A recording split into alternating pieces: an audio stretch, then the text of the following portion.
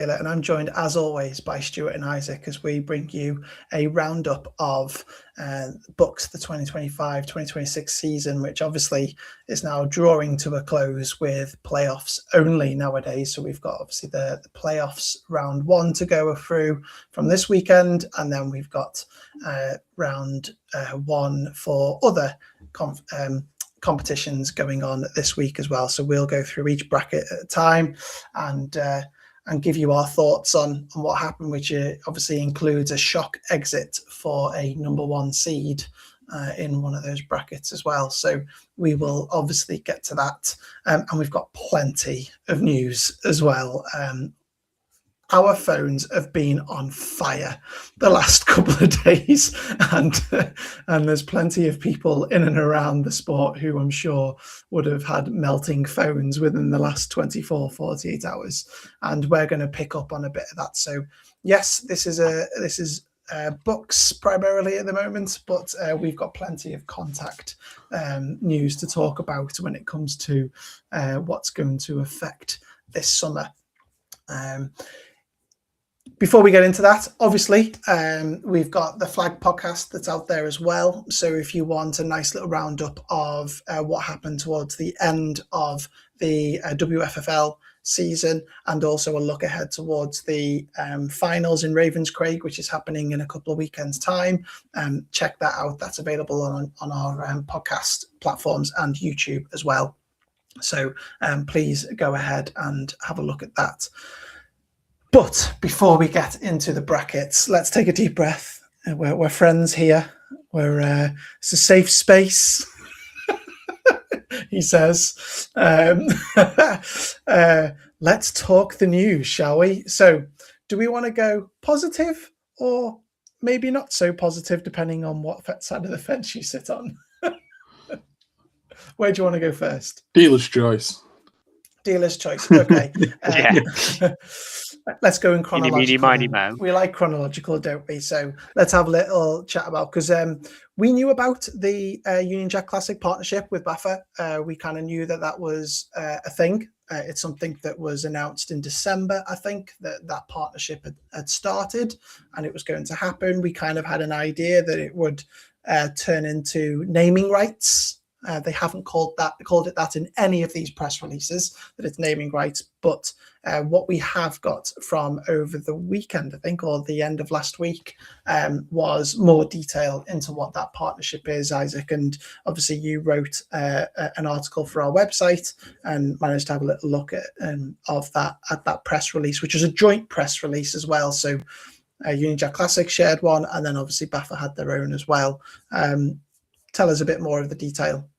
Yeah, like you said, it's the naming rights of all leagues, I believe, if I can't remember right, across BAFA, and it, a lot of the money that's being put forward is into coaching and officiating. So for those looking to do their level 1 or level 2 coaching badges, or flag, officiating flag, or their BAFA certification. Stuart, am I right? You know more than... Yeah, was that in there? No, stick to the word flag. Keep the word flag there. Don't tie BAFA into this just yet. Just yet. Yeah. I'll explain more in a bit. But they've the money the sponsorship deal that has been put forward by the Union Jack Classic has then been able to subsidise the membership fee or the training costs. So level 1 that normally cost 55, 60 quid, something like that, is now going to cost you a tenner instead, which is really good. I think it means that a lot more coaches can get into the sport, because being just putting 60 quid up just to get a level 1 certification is quite a lot of money. But now they kind of focused on it when they were speaking in their press conference about wanting to grow the sport in the UK and giving people opportunities across all of it. So yeah, no, it's a massive positive. Because there's a lot of British people behind the Union Jack Classic, but definitely I think they're trying to put the British game first and kind of showcase it leading up to it.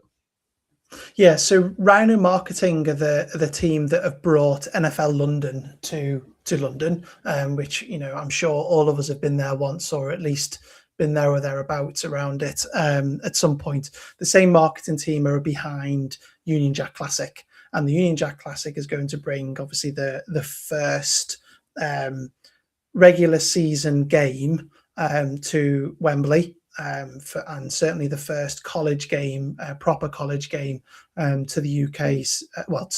To the UK since 1984, I think it was. I think as we put out last time. So now what they are going to do is they're going to try and start working on the grassroots now, aren't they? And they're showing that by having some naming rights to the league. So it's BAFA National Leagues powered by the Union Jack Classic, isn't it? Rather than calling it the Union Jack Classic Leagues, and that's across BAFA and BAFA Flag. So contact and flag. And to some of the detail that you've mentioned there. So instead of a BAFCA level 1 costing 55 quid, it's now going to cost 10 quid. And that's been backdated as well, apparently. So if you have done that first, thank you, you found it for me. So if you've done it within that time, there will obviously be, I would assume, be details coming out about how that won't cost you 55 quid. And BAFCA level 2 won't cost you 130 quid anymore. It'll cost you 20. So that's a huge subsidy there as well, isn't it? Alongside flag courses 10 instead of 40, officiating being 10 instead of 40, or self-officiating being 10 instead of 30. And Stuart, we touched upon obviously the main thing that's missing out of there. We'll touch upon players in a second, but the glaring miss from that list is BAFRA, isn't it, when it comes to the contact leagues? Yeah. So for those of you that just think of BAFA as the overarching governing body of the sport, that is correct. But there are obviously subsidiary associations, BAFCA being one, and BAFRA being the other. We have seen BAFCA put out a post over the last 48 hours saying, yes, they're backdating the financial reimbursements, but that is still to be ironed out. So I think, this statement on the whole looks fantastic. And if you're going to utilize the reduction in costs, fantastic. If you're looking to backdate the Coaches Association one, just hang fire. Don't bombard Leiden and the Coaches Association inboxes with, how can I get this reimbursement? I've paid 55. I want my 40 odd quid back. Let them iron it out. And I also believe the same is applicable for BAFRA. Obviously, people know that I'm a referee. They know that I'm involved. I'm not going to comment on it too much because of my position within BAFRA, because that's for the president and the board of directors to do for BAFRA, not myself.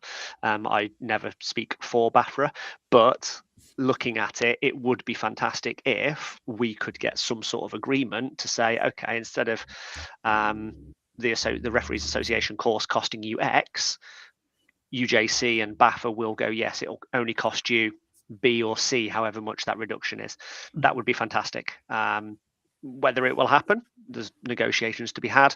We've got our BAFRA annual convention coming up in April, where we'll have our AGM, and I'm sure things will be thrashed out before then. But BAFRA also are working in the background for certain, not quite scholarships, but almost bursaries that has been left to BAFRA. So we may also have our own little fund to cover that. But let's flick it back to the UJC. This deal is huge because one of the critics of flag football is that there aren't enough officials for the game, right? I know that the flag guys are spoken to, and when we spoke to that person after the Cheltenham competition, the name will fail me. Flagapalooza. From a college, yes, Flagapalooza. He'd travelled the world and said, the British game just needs more qualified officials. So I think this is fantastic for the flag sport, that will hopefully get more people to officiate and sort of go through their self-officiating course at least. Yeah, NJ Coates says BAFA.info, join the fun. Stuart has Jaffa cakes, so it's clearly some inside knowledge there on what bribery you can bring. And you know, and the statement does refer to it as well. It says it does refer to BAFA. It says something like BAFA will be working with BAFA to help the transition of new referees. So watch this space on that. It'd be interesting. Sorry, go on. Sorry, it also just adds on to what Nike have done as well when BAFA have secured Nike, and they're looking at the foundations of the sport primarily with looking at. I think theirs is more getting more girls into the sport, but again, it's the foundations of it all, and it's kind of how you grow the sport even further, and it's looking at what they can do to improve it. But yeah, we'll talk about next on what needs to be improved. Yeah, and I wouldn't even be surprised if if they all go hand in hand, to be honest, because you know this Rhino Marketing, that they're huge. They're a multi-million-pound company. They've probably got those links with Nike and the likes of it to help with that. So you know, tell us in the comments and in the chat. You know, are you excited by this? You know, do you think that this is a turning point for our sport? Because we're going to get into another turning point in a second, obviously. But you know, one of the big misses, if you like, or the big hole in all of this are the players, isn't it? The biggest part of it. Obviously, we depend on coaches, we depend on referees to be able to play these games safely and to a high standard. But the subsidy of the players is obviously something that isn't in that announcement. You know, I'm not saying it's not going to come, but it's not there yet, is it? Should we get on to the other big one then? Because how do I frame this? Christ.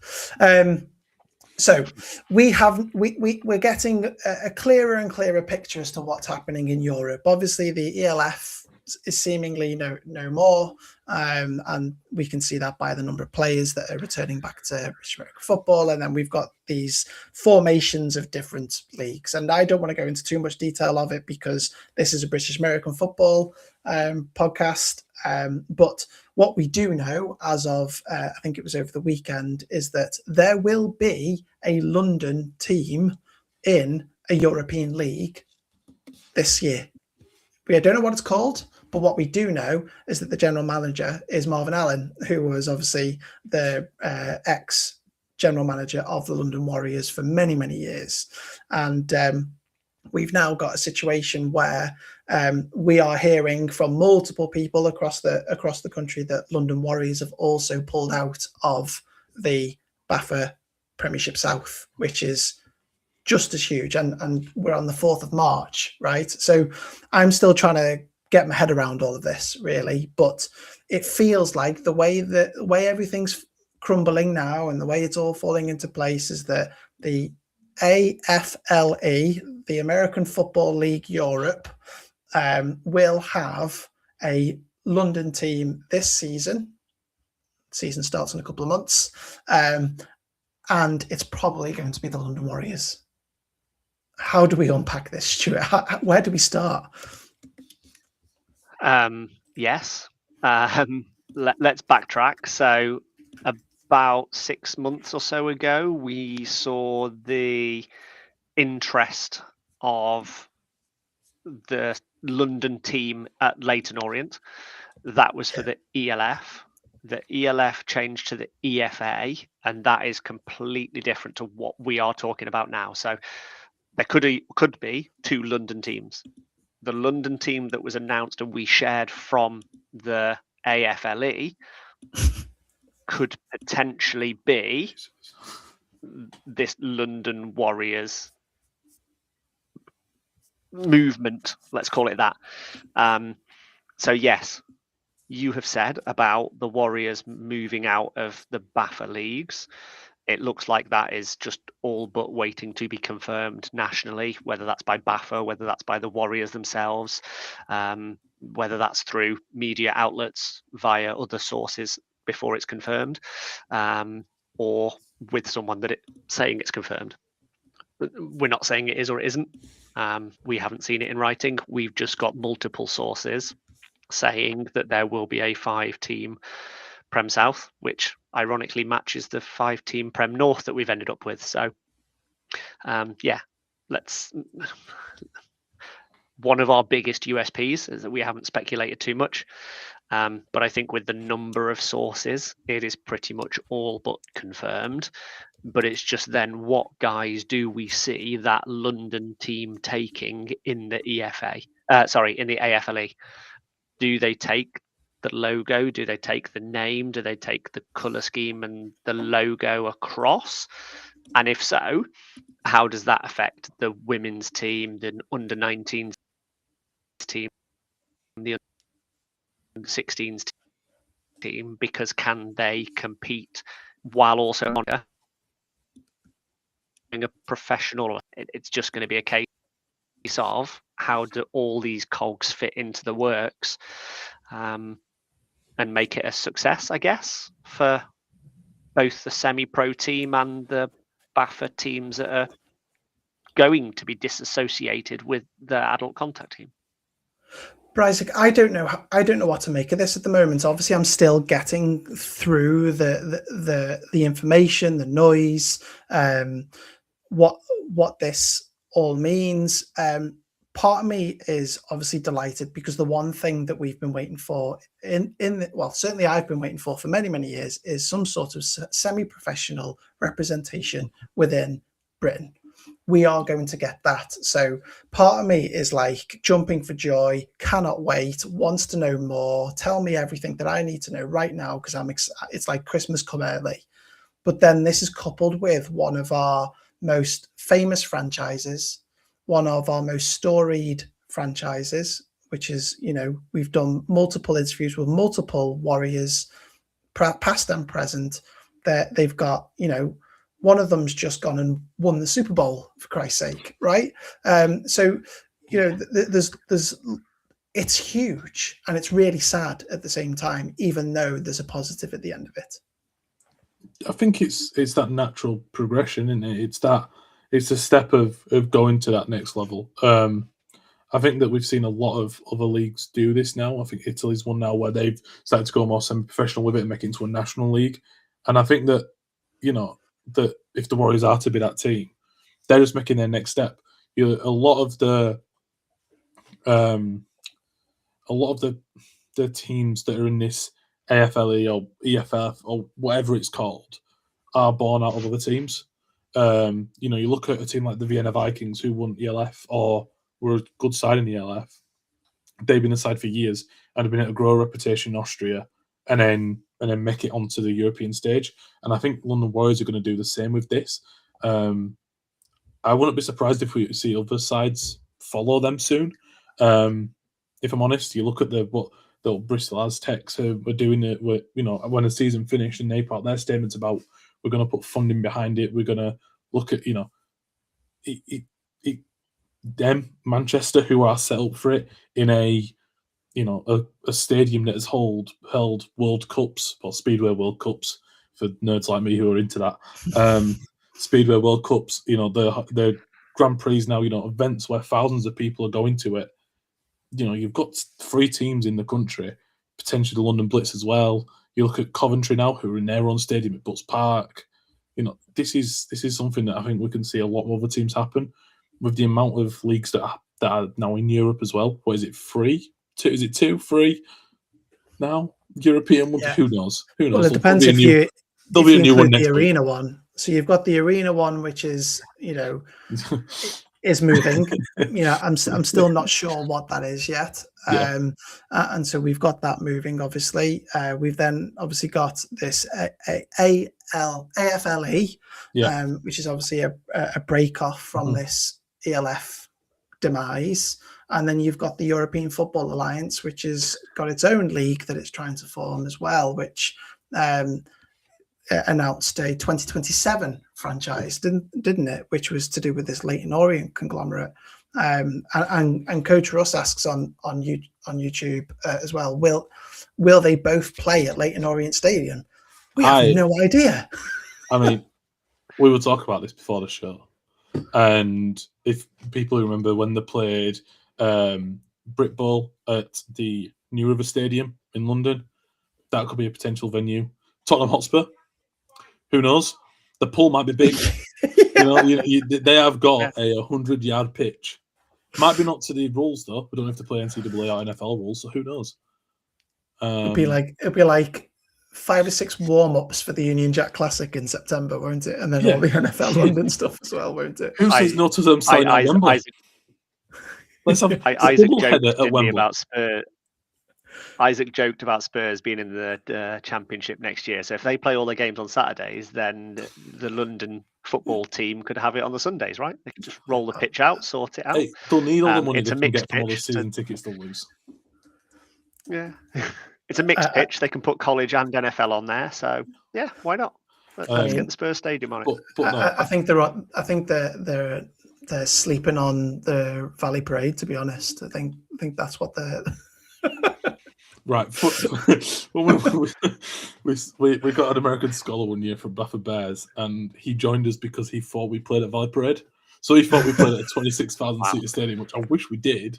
But brilliant. No, definitely. But I also like Coach Rush's sentiment, which is clarity in official statements would be nice. I couldn't agree more. Would be very nice. One of the things that this is very frustrating trying to provide news is being able to provide some news, but not all news, because the statements are like, we're going to do this, but we know nothing about it. It's like. But I think that's just they don't want to jump too far ahead. Like we said. Are they going to play it later in Orange Stadium? The London Warriors' home ground right now, is that fit for a European league that wants them to host fans as well? What players are they going to get? How are they going to attract these players? Are they going to use the roster that they used last year for the adult season?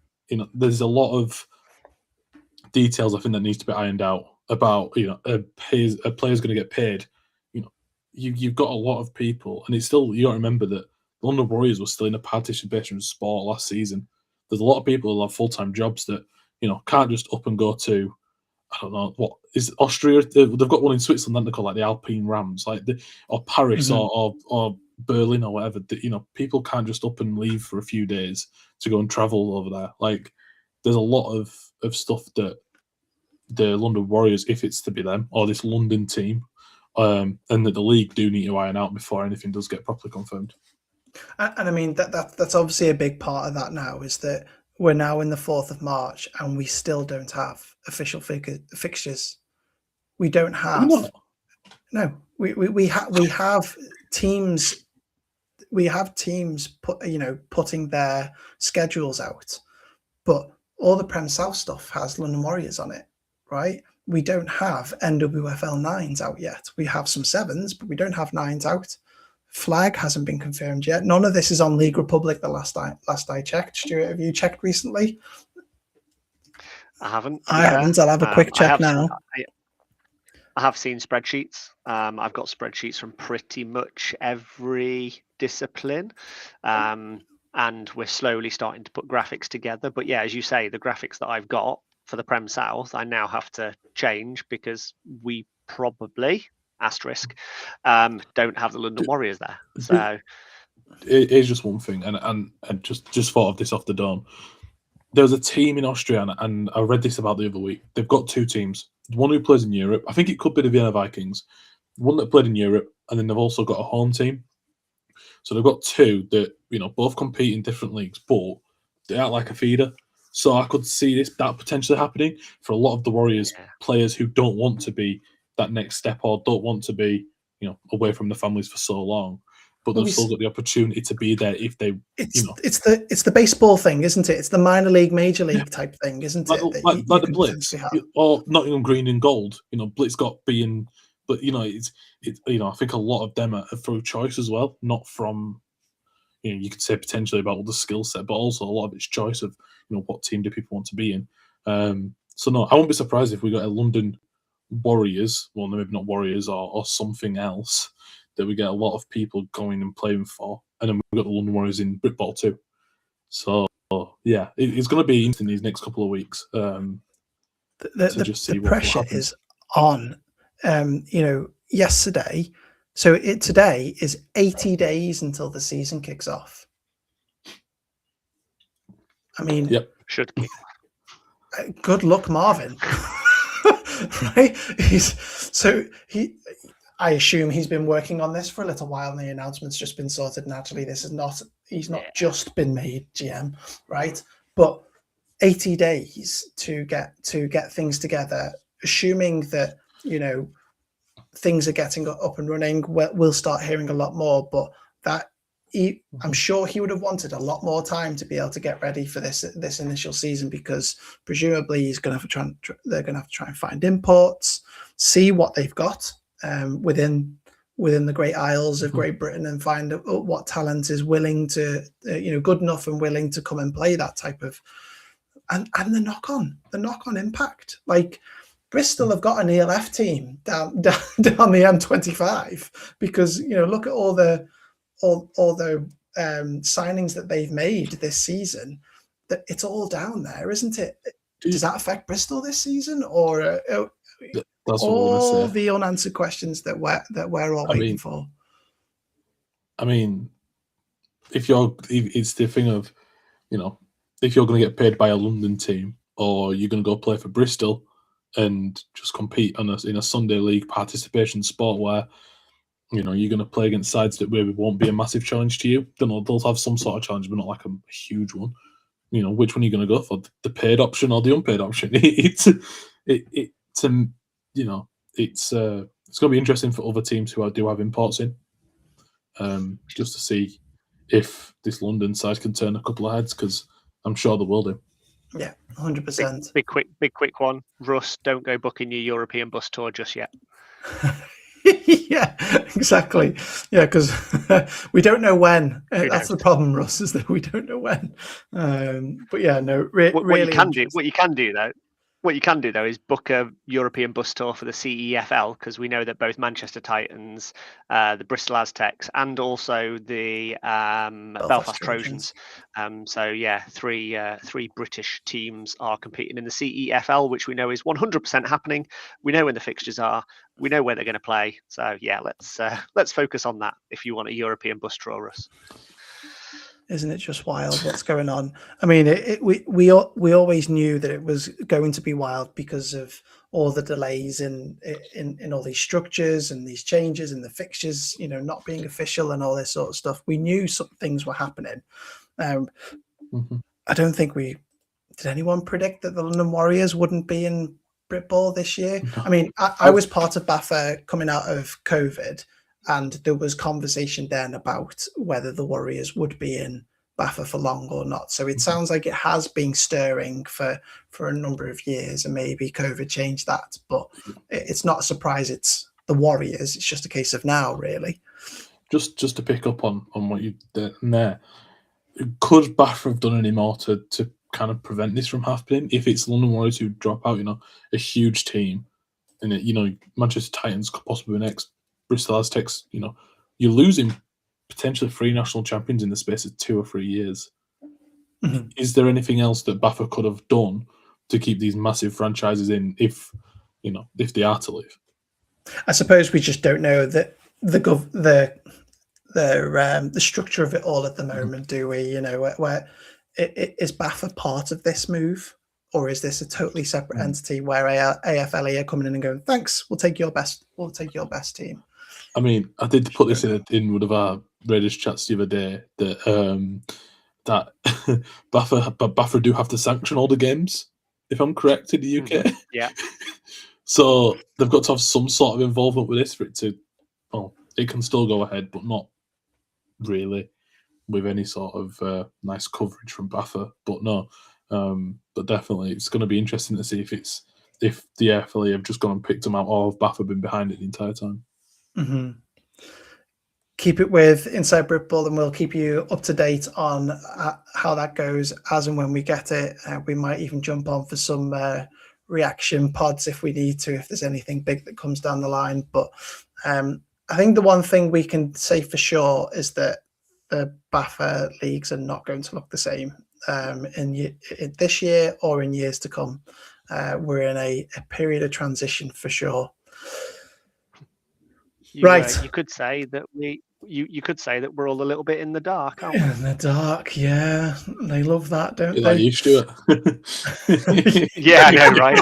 There's no lamp in this hotel room. What's that about? Give me a lamp. That's all I Just ask. a halo behind you. Anyway, let's get on to a better topic. Let's talk about BUCS, because at the weekend we had obviously the first round of the playoffs. And we are in the thick of it now, all the way until Touchdown Tuesday, trademark, in a few weeks' time. And we will get into that now. So I won't touch on the Prem National, because that's not this weekend, is it? Is that the weekend after, guys, if memory serves? Yeah. I got that National right. Championship. So that is what it is. So let's get on to the Prem North and South, which is the Vars. So we had some interesting results out of here. Obviously, Brunel hosted Newcastle. We had other results that happened as well. We'll get into that in a bit. But what stood out to me most out of all of these results is the number of points scored across all 4 games, which is just unbelievable. So, Stuart, do you want to take us through what results maybe stood out to you? We could go through all 4 of them, of course, because there's not that many of them. Yeah, so for those of you that were watching the Depth Chart Sports live stream, I was going to help Tebs out with that, because he put on literally a one-person show, and it took Brunel about a quarter to really get going. You could tell that Newcastle had done their homework. You could tell that Brunel had not played that final game against SGS, and they looked sort of a little bit rusty. There was numerous dropped catches from receivers that had brought those catches in all season long, and then they sort of adjusted and really sort of got going in the second half. It was a really scrappy game. There were so many flags, and a lot of the flags were warranted. Like, they were just silly little unsportsmanlike conduct or holds here, and it was a tough watch. Not because of the way that Tebs was putting it on. There was numerous times he apologized for it. He nearly got blown out of the tower. Bless him, it was not a good day for him, and he kept saying it. But yeah, the stream was fantastic. It allowed us to watch it. Brunel eventually took care of business. I think they recovered 3 onside kicks. They definitely went for 3, maybe more, and they recovered at least 1 of them. And that's what was allowing them to, I'll use the words, running the score up a little bit. But yeah, they just took care of business. 54-12, that finished in the end, didn't it? And Brunel will go on to face Warwick. Isaac, do you want to take us through Warwick and Cardiff? What did you think of that result? 40-36, Warwick over Cardiff. That we found we had almost like had live text in our DMs as on Sunday as this was happening, didn't we? Yeah, we were really close, like what it was literally last play kind of stuff in overtime. So I think going into it was quite a surprise. Remembering on the BUCS weekend kickoff, I kind of spoke about it of this is one way you can't see which way it's going to go, because you've got Cardiff who have to face 2 really good sides and have battled well, got a win against the number 2 ranked side in the south and played well all season long, and quite surprising to many. And Warwick, who last year we thought would push on and probably look to right the wrongs of what they did last year and go all the way. But no, definitely, I think that it's a shock. I thought, I think Cardiff was probably the one that had caused more danger to Brunel than potentially Warwick. But Warwick have done something that they haven't done all year and score a load of points. It's one thing they've struggled with. They might have done it once or twice, but realistically, they've struggled with it majorly all season long up until this point. But the one issue is they concede a bunch as well. That's the problem going into it against Brunel, a side that who do not take it light on teams, and then I can see that being quite a big scoreline in the for Brunel if they can click from minute 1. Yeah, 100%. Stuart, that we've obviously we had that live text coming in, which was just really, I don't know if you can remember who that was, but it was a brilliant bit of messaging that we were getting. It was 36-33 to Cardiff with like a minute left, wasn't it? And then they got that final touchdown to make it 40-36, which was clearly a nail biter. Because even before that, I think Warwick winning and then Cardiff took the lead, and then there was a couple of turnovers or something like that, and then Warwick eventually game. And we had a message about something else unrelated, and one of the Warwick coaches, by far one of the best games that he's involved with throughout this year. And yeah, so it sounds like it. The most thing is that I very nearly said to family, right, I've had dinner, I'm going, because it was a 4 o'clock kickoff.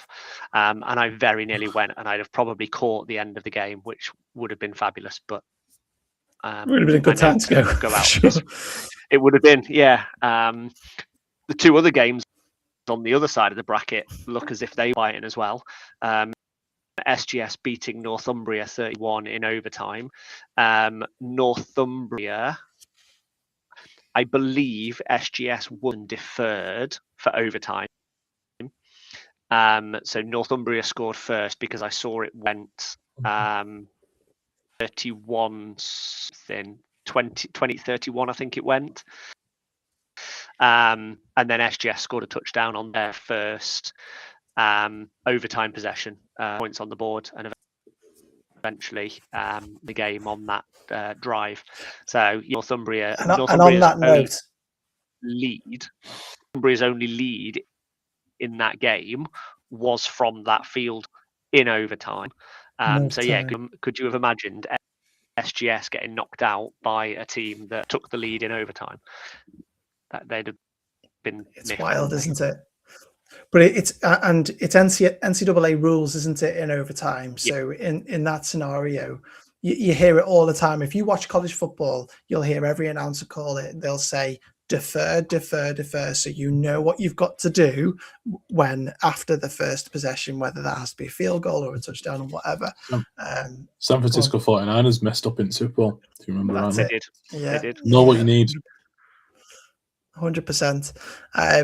Yeah, and so congratulations to SGS, who obviously go on to the semi-finals, which seems like almost like a default position at this point, isn't it, for SGS? They're there often, and they will be facing in-division foes, the Portsmouth Destroyers, Isaac, because the Portsmouth Destroyers travelled to NTU and beat NTU 36-33. So not only a 70-point, 69, but 70-point game, but an upset. I think I said shock. I think that's probably over the top, but still, Portsmouth to travel to NTU, who are the number one, and to come away with the victory and secure a place in the semi-finals.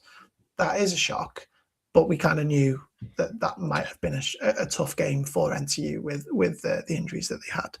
It's exactly the same as last season when NTU had to travel down to Portsmouth and got beat quite heavily. But no, I think that the NTU defense was relied upon a bit too much, if that makes sense.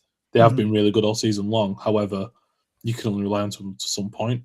I think they were bending a lot before they broke, and eventually there was just too much. There's only so much you can really do.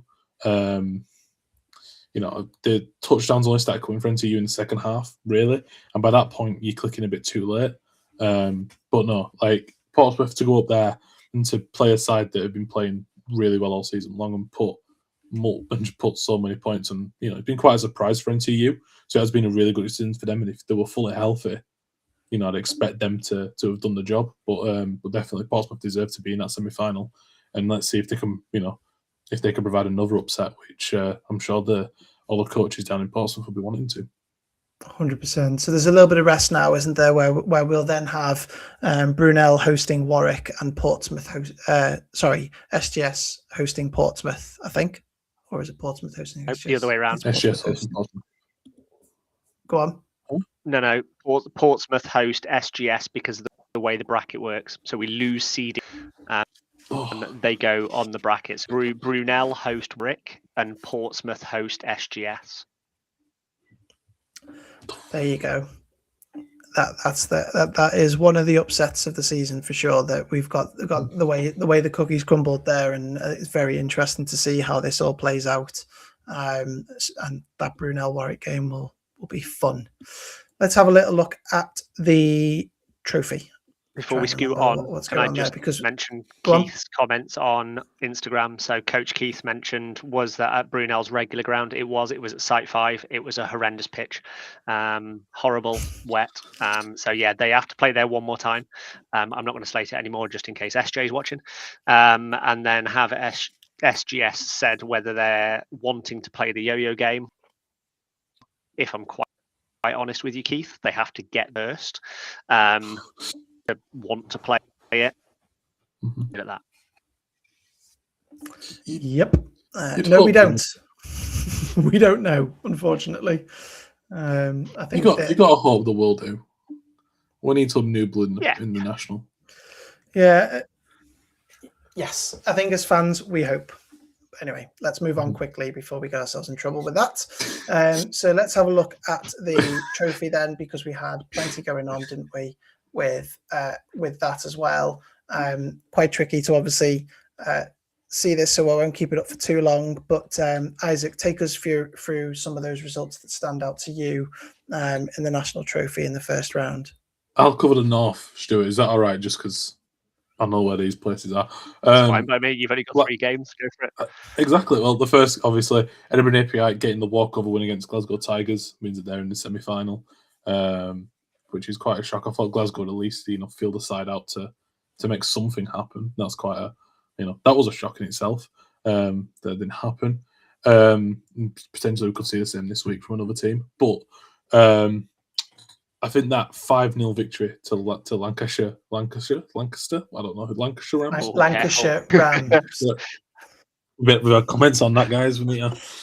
The Lancashire Rams. Awful part. The not awful part. UClan Rams. The not UClan the wrong side Rams. of the Pennine Rams. Okay. Their 5-0 victory over MMU. I mean, MMU was in that game. It's quite a surprise how it shows how good the Rams defense really is. If we're being honest, I think some of that ITU was trying to do in their game and lean on it a bit, but the Rams could lean on it more. I think they might struggle against Manchester, who got a win over Sheffield Hallam. I think that's where they'll struggle because Manchester are the only side to score points in this season. And, when they haven't got their QB in, when, they're having to play a bit banged up, I think Manchester could do a job on them. We could see Manchester in the final. And then finally that Green game at the bottom, which was shockingly close. I think Green got a bit comfortable. I think they were 35-7 up at halftime. Right. And then all of a sudden, Sterling to get back into it slowly and start to really prove a shock to them. But now the Greens have got a long trip up to look forward to. And Joel was at that game, wasn't he, Stuart? And he said that probably on another day, Sterling might have actually done a job there because they had performed really, really well on the day as well, hadn't they? Yeah, Sterling did a fan socials, so they took the lead. I think they went 7-0 up or 8-0 up. I can't remember whether it was a 1 or a 2 point conversion. Turnovers were costly in that game. I remember reading that Sterling were pulling the ball, they were throwing interceptions, and I think Green capitalised on that and put points on the board on moves. It would be interesting to know. Obviously, we don't know the ins and outs of rosters, but it would be interesting to know how the University of Nottingham are prioritising their programs now. Obviously, knowing what about the injury to the gold back. So when they travel to Edinburgh this weekend, I think that's going to be interesting to see what person, probably both players and coaches, travel up to Edinburgh. I'd see it on that bus and I could get on it and go and watch that game, because for me, I think out of the entire slate of BUCS playoff, that's probably the most interesting game to me. That's no offense to KCL and Bournemouth before either of you come at me. We've already seen Hart and OBU before. But yeah, even with the bond of Coach Nanagate at Bournemouth, which we'll come on to, that night's Green game is really, really me. Yeah, and it goes to show, just nipping back to the Lancashire game as well, it just shows you how devastating that injury is to It's obviously such a good quarterback that they had in Charlie Martin as well, wasn't it? But still, they came away with it. They still came away with it, and they get 1 week healthier, and 2 weeks healthier, won't it? By the time they host the Manchester Tyrants, which I don't think we've touched upon yet, have we? No, just on. Is it this weekend? Yeah, just on what Stuart just said about the Greens. About the Greens, they are not taking any gold players up. Anyone who's eligible for green, only for green, are playing, which I think shows confidence in themselves, which is a good thing. Saying that they don't need their scholars' help, but definitely very interesting to say. But also, I think they could do a job. If I'm being honest, I know I'm probably a little bit biased, but if we're being honest, Edinburgh and Napier haven't got the level of competition that the Greens have. Like the Green have got to face Hallam, who have been good in the playoffs. Sheffield, who've shocked a few. Derby, who have looked good this season. The only team that they haven't come up against with any sort of class, I'd say, was Leicester, who obviously got relegated and didn't win again. The only pushback I'll put to you though is that they beat Stirling by 12 points, and Edinburgh and Napier are way more than 12 points better than Stirling. We've seen that throughout the season, and Green have got to travel up, do that 5-hour journey, whatever it is. So I'm expecting a tight game this weekend. I think that's going to be a cracker. And I agree with you, Stuart. That's going to be one that anybody and everybody will want to watch if they can get up to Edinburgh to see that. That'd be really. Should we just touch upon the Tyrants having a 3-point win over Sheffield Hallam, which is obviously, it's kind of been the Tyrants, really, hasn't it? They've scratched and clawed their way through their victories and made themselves, and now they're going to face a team that they've already faced plenty of times, and actually they're the only team to actually score on the Lancashire Rams this year, and then they get a rematch, but obviously a much less potent offense in the Lancashire Rams now than there was in the regular season. So that'll be a really interesting matchup this weekend, won't it, to see the difference a couple of injuries make. Should we go a little bit south, Stuart? We can do, and we'll continue on the scorigami card. So if you have a BUCS scorigami card and you or 19-8 on your card, then mark it off. If you didn't, then no, I don't know where these scores have. So we had the scoring 5 points. We also had the Kent Falcons scoring 5. They haven't really scored huge amounts of points this season. They managed to hold OBU to 9, which is a really good effort, and make that game really interesting. But Oxford Brookes progress. I mentioned that the Hearts Birmingham game was going to be interesting, and whether Hearts would get revenge for that sort of topsy-turvy game in was it week 2 or week 3 of the regular season.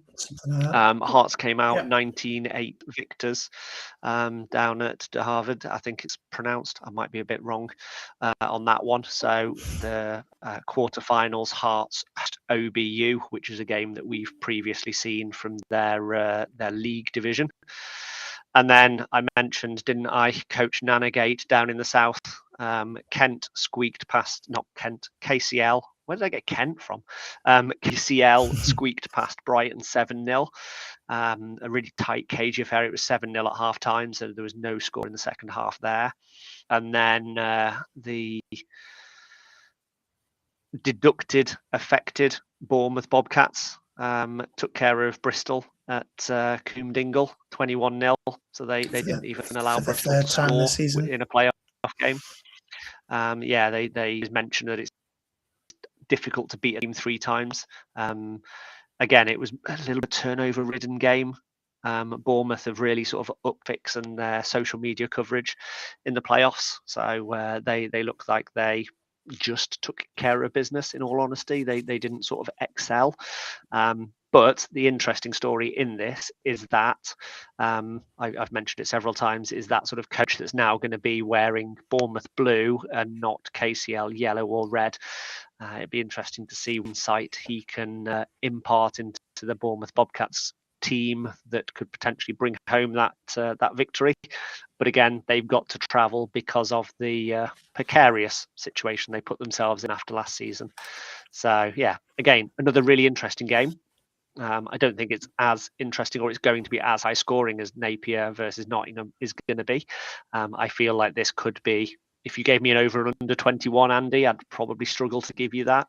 But yeah, it's going to be another interesting game nonetheless in the south. A good KCL defense and a good Bournemouth defense as well, but it'll be a case of how efficient that Bournemouth offense can be, won't it? And don't let the seeding fool you. Bournemouth Bobcats are not the 6th seed in reality, are they? You know, in reality, they'd be number 1, wouldn't they, if it wasn't for those points deductions? So they would be sitting quite nicely, hosting Oxford Brooks this time around if it wasn't for those point reductions. So yeah, it'll be very interesting to see how they go about this week, and we'll be looking forward to them for sure. Before we move on, anything to get to before we get onto the Conference Cups, which we're expecting this weekend as well? No, but that is it. De Harvard sounds like a really cool, like American college, like Blue Mountain State. Do you know what I mean? Like that kind of. It gave me that kind of vibe when you said it. I think I'm slightly wrong, so I'm just about to Google it. Northern Conference Cup. Isaac, I'll obviously give you first dibs to this because you know half of these teams. Obviously, we see it for the first round this weekend, where we are looking forward to seeing a number of matchups, aren't we? Oh, I think I've got that wrong, haven't I? Is that the up-to-date one? I don't think that's the matchups at all. Let me replace it before for our viewers, and I'll get all that sorted. Hold on a second. Go on, take us through it, Isaac, because I don't know about the graphic. It changed that many times. That's true. It did, because we put out that one last week, and then when BUCS released it, we were like, "Oh, that's a little bit different." So, on the left-hand side of the bracket, we've got Cambridge hosting Sunderland, and Coventry hosting Hull, and then the winners will play in the semi-finals. And then on the right-hand side of the bracket, we've got York hosting DMU and LJMU hosting Lancaster. I stalled enough for you to get it. I've got the right one this time. And there you go, listeners. And I mean, are we going to see LJMU versus Lancaster? The coin flip might not matter. The coin flip might not matter anymore, and that's going to be, well, it will do for promotion, but not for the playoffs, which is going to be quite interesting to see if we get that game on a properly marked field as well. I must add. I think that DMU York game is going to be quite spicy to see what DMU are going to be like. Really, to see if the hype that we've built for them being 4-2 can carry on into a side that are promoted as well. Yeah, like, can I show this? Oh, please tell me I can. Oh, I can. Like Coach Russ is saying, tough time for the North East teams having to travel that far south. Yeah, Sunderland travel to Cambridge is not a trip that many will be wanting to do, if I'm honest. I think I can't say what I'm going to say. But no, I think the Cambridge with the bagpipes as well. Can't forget about the bagpipes. That's going to be a massive part to play on Sunday. And then finally that Coventry Jets versus Hull game. You know, I've heard a little bit of rumours that Hull might look to struggle for players. It's going to be interesting to see if that can happen, if the game will happen, or if Coventry get a buy into the next round. But definitely a lot of Midlands team here, and a lot of shocking Midlands teams that I don't think we expected to see at the start of the year, really. But it's always good to see other teams in the playoffs and around in the most important time of the year. It'll be really surprising to see whether we get what's the ratio of Northeast and Midlands teams in the semi-finals, because they're all facing each other, aren't they? So is it based on form, because you haven't seen much of Sunderland and York, then would you put it past being 3-0 Midlands to Northeast, or 3-0 Northeast to Midlands? But Coventry will be upset by that final game, but we also know Coventry can be week to week sometimes, can't they? They have been for many, many years. And then obviously Cambridge with the bagpipes. York deservedly won that division in the end, although maybe a bit by default in some missing games. But we finally see LJMU versus Lancaster, which will be really, really interesting for me. And it's only just down the road, so I'll certainly try and get there this weekend and see how that goes as well. But yeah, anything more to add, Stuart, before we move on to the south? No, let's go south. Awesome. Let's have a little this look one's then. Definitely correct, See if it's because we got this one. Yeah, see if it's the right one. Yeah, absolutely. Go on then, Stuart, take us through it. And they're all spaced nicely this week, so I can look at it with my eyes wide open. Again, some really juicy matchups. Reading versus Sussex has the potential to be good. Reading obviously promoted, but they'll be looking to continue their unbeaten season, make it all the way, and go unbeaten. Southern champions, we can't quite call them national champions. The North and the South, I don't think, face each other at all. No. Bit of a shame, but that's the way the cookie crumbles. Bullets 2 eventually found out that they're travelling to Imperial and not Reading. So yeah, they'll be really looking to really. No, sorry, they were looking at Quimble as well, weren't they? When you were talking to Sam, wasn't he, Isaac? He was talking about like getting rid of the voodoo from last season when they lost to Quimble in the playoffs. So yeah, it'll be interesting to see what the Bullets 2s can do in that game. I know that Depth Chart Sports are going Quimble Gloucester, and Ted is Gloucester associate there. Cheer on Quimble because of my Worcester loyalty. And then Swansea, they'll be looking to bounce back. Final game defeat to the Gladiators. A really interesting piece that they shared on their Instagram post that kind of summed the really somber mood from that defeat. I just hope that they kind of used that thing that they've kind of got over a little, and they can really travel down. They can host Surrey, not travel down. They can host Surrey, which is not a small journey from Surrey all the way across the to the lovely climates of South Wales, and play Swansea. They'll be looking to shake somber feeling to beat Surrey there. But that Quimble Gloucester game is going to be a lot of fun, isn't it? I'm really looking forward to hearing what comes out of that, and and what the game looks like, because that's going to be a really, if Gloucester can take that momentum into it, and obviously Quimble got the division title in the end as well, didn't they? That'll be really interesting to see how that comes. Two informed teams coming head to head in that first round is really interesting. And obviously you've got ties to that as well, which will be great to see your reaction next week as well. Might wear my Worcester jersey next week if Quimble win. Oh, it's gonna be funny now if they don't, though, innit? If they don't, you got to come on wearing I'm not going to try and say I'm too tired, but you got to come on wearing a Gladiators jersey. Sebs, send him one. Come on. Yeah, absolutely. Controversial.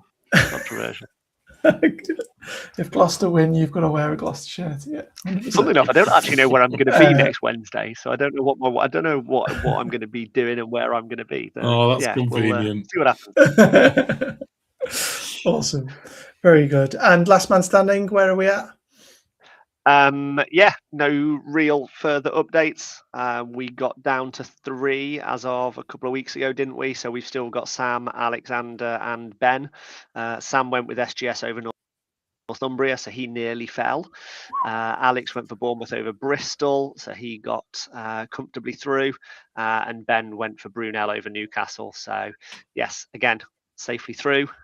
We are getting to the point now where your unique teams are getting fewer and fewer to choose from. So good luck this weekend. I'll try and get it out on Friday. I'll do a bit of work on it tomorrow night, and I'll try and get it out on Friday. Anybody can submit. We're still getting like 10 or 15 submissions each week. Only the 3 guys that I've mentioned are still in the running for the EP Sports gift card, but submit as your views. It's still interesting to see. We had one for Kent over OBU this weekend. A couple of Lancs, couple of Burners. Hearts over Brunel was a correct pick. So yeah, someone picked Rams over MMU Eagles. You just about squeaked that result. So yeah, keep them all coming in. It's good fun to watch them, and yeah, it makes my inbox look like it's good because I get more emails. Brilliant. That's awesome. Well, brilliant. So we're going up on the hour mark now. So thank you very much for everyone for joining us, for the comments in the chat for sure. And thank you obviously to Isaac and Stuart again for providing your insights and your views. We're rolling into postseason books, and hopefully there will be a summer season that we can start talking about. We're just waiting for official news and so on before we start getting heavily into it, so it doesn't outdate within a day, so we've got plenty to talk about there. Isaac, it's got to be soon. There was a health check on Friday. Realistically, right. It's got to be soon. Yeah, 100%. Yeah, we'll keep pushing to get that info so we can share it with everybody, and then we'll obviously get together and start discussing alignments and and its prediction season and so on and so forth. So we'll definitely get into that, and we will keep you up to date with what happens with the AFLE, the EFA, the ABCD, EFA, whatever they're called. ABCD. Yeah, and obviously the developments. As long as it's not the YMCA, we're all right. Exactly, and the developments that'll be folding around the London Warriors, and maybe other stuff that'll come from it as well. Thank you for those who joined us. We will be back again next week. Oh, and make sure that you go onto YouTube and check out Isaac's BUCS weekend kickoff, because that'll be dropping this Friday as well. He will get you all set up for this weekend by going into a bit more detail than we get to in the podcast, in the fixtures, and some special guests will join him as well. Thank you very much for listening. We'll catch you again